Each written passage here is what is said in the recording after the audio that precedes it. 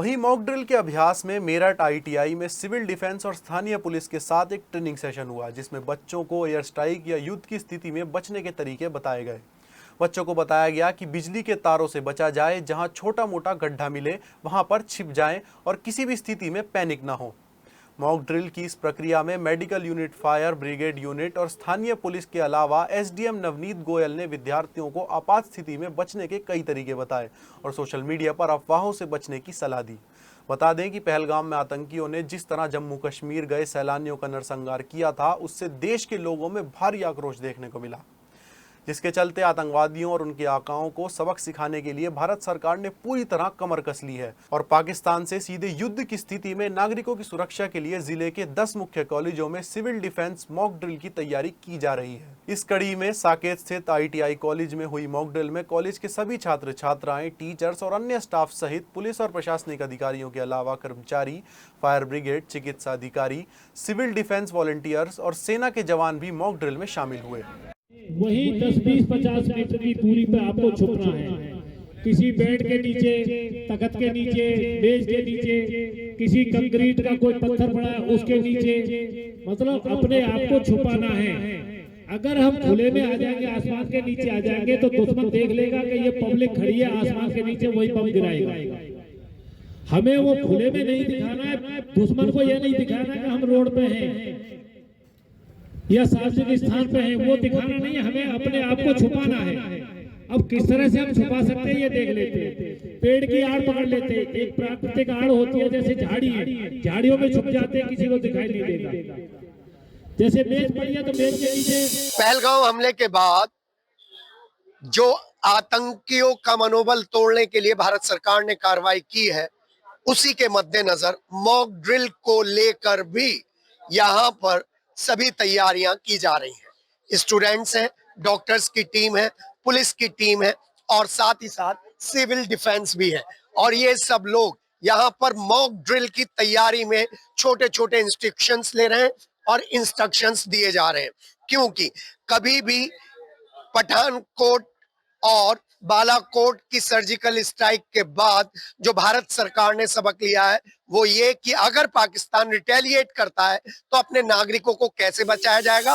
किसी भी आपात स्थिति में बच्चों को, युवाओं को, महिलाओं को किस तरीके से संभालना चाहिए, किस तरीके से संभलना चाहिए, इसको लेकर स्थानीय प्रशासन ने, पुलिस ने, फायर ब्रिगेड ने, मेडिकल विभाग ने एक डेमो दिया है।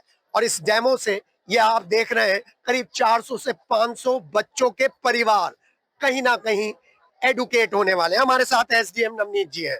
सर, आज एक ये प्रोग्राम की शुरुआत है, तो आम जनता को आप क्या कहना चाहेंगे, आपात स्थिति में किस तरीके से अपना बचाव करें? देखिए, ये भारत सरकार के निर्देशानुसार आज हम लोगों को ये ड्यूटी दी गई है कि हम लोग सभी ज़्यादा से ज़्यादा अपने नागरिकों को, अपने शहर के नागरिकों को जागरूक करें कि किसी भी आपदा की स्थिति में, किसी भी तरीके के हवाई हमले की स्थिति में हम आपको लोगों को कैसे अपने आप को सेव करना है, कैसे बचाना है। इसी क्रम में आज हम लोगों ने जिलाधिकारी महोदय के आदेशानुसार ये आईटीआई साकेत में सभी बच्चों को इकट्ठा करके और सभी स्टाफ के साथ ये एक जागरूकता कार्यक्रम चलाया है, जिसमें हमने इन लोगों को ये जागरूक किया है कि अगर कोई परिस्थिति ऐसी उत्पन्न होती है तो हमें अपने आप को कैसे बचाना है, क्या क्या इमरजेंसी सर्विसेज हैं, उसमें किस तरीके से कैसे इन्फॉर्म करना है, मेडिकल सर्विसेज हैं और अपने साथ क्या क्या उनको आइटम रखना है, कैसे अपने आप को बचाना है। इन सब चीज़ों को लेकर के हमने इनको जागरूकता कार्यक्रम चलाया है। शहर के लिए 3 मुख्य मैसेज जो आप देना चाहें। ये सबसे पहला मैसेज तो मैं यही देना चाहूँगा कि किसी भी परिस्थिति में पब्लिक को कोई पैनिक नहीं होना है। जनरली होता ये है कि आदमी एकदम घबरा जाता है, उल्टा सीधा भागने लगता है, तो वो सब चीज़ें नहीं होनी चाहिए। दूसरी चीज़ ये है कि तुरंत ही हमें संबंधित विभाग को सूचित करना है। पहले अपने आप को सुरक्षित करना है, उसके साथ साथ दूसरा अपने संबंधित विभाग को सूचित करना है और तीसरा ये है कि कुछ चीज़ें हमें अपने साथ जरूरी आइटम्स रखना है, जो किसी भी परिस्थिति में थोड़ा बहुत समय अगर ऐसी परेशानी में हम लोग रहते हैं तो हमारा अपना जीवन यापन हो सके। Thank you. सर, पुलिस के तौर पर एक आम नागरिक को क्या क्या पुलिस का सहयोग करने के लिए आगे आना चाहिए ऐसी स्थितियों में? सबसे पहले तो मैं कहूंगा कि किसी भी आपदा की स्थिति में अफवाहों पर ध्यान ना दें। सोशल मीडिया पे तरह तरह के मैसेज आएंगे और उन पर ध्यान ना देके उनको फॉरवर्ड करने का प्रयास ना करें, उन पर पैनिक ना हो। कोई घटना होती है तो उसकी सूचना तत्काल पुलिस को दे। बहुत नंबर है, कंट्रोल रूम के नंबर है, लोकल एसएचओ के नंबर है, सीओ के नंबर है, उनको सूचना दे और पुलिस की मदद प्राप्त करें। अपने स्तर से अब कानून को हाथ में लेने का कोई प्रयास ना करें। मैं केवल इतना ही सहयोग चाहूंगा। जी हाँ, आप देख रहे हैं किस तरीके से सिविल डिफेंस और स्थानीय प्रशासन और पुलिस ने यहाँ पर एक डेमो देकर ये बताने की कोशिश करी है कि जब कोई इस तरीके की स्थिति आए तो पैनिक ना हो। क्या कहेंगे सर? सिविल डिफेंस जी, जी कितने हैं सिविल डिफेंस के लोग आपके साथ? सिविल डिफेंस का स्टाफ कम से कम 1000 से ऊपर है।